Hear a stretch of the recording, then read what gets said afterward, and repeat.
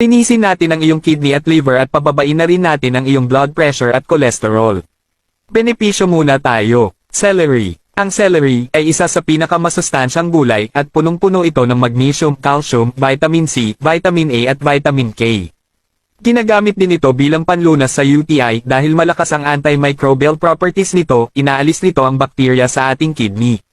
Pipino. Ang pipino naman ay nagbibigay ng hydration, tumutulong sa weight loss at digestion, kumokontrol sa blood pressure, nakatutulong labanan ng cancer at nakapagpapababa ng blood sugar.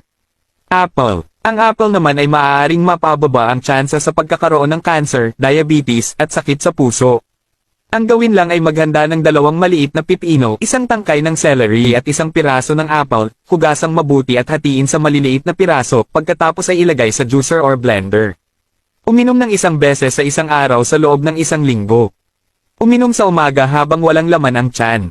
Ang pag-inom ng juice na ito ay makatutulong sa pagpapababa ng iyong blood pressure at cholesterol at makapagpapalinis din ng iyong liver at kidney. Sinasabi rin na makapagbibigay ng ginhawa ang pag-inom nito sa mga taong nakararanas ng heartburn, bukod pa dito makatutulong din ito sa pagbabawas ng timbang.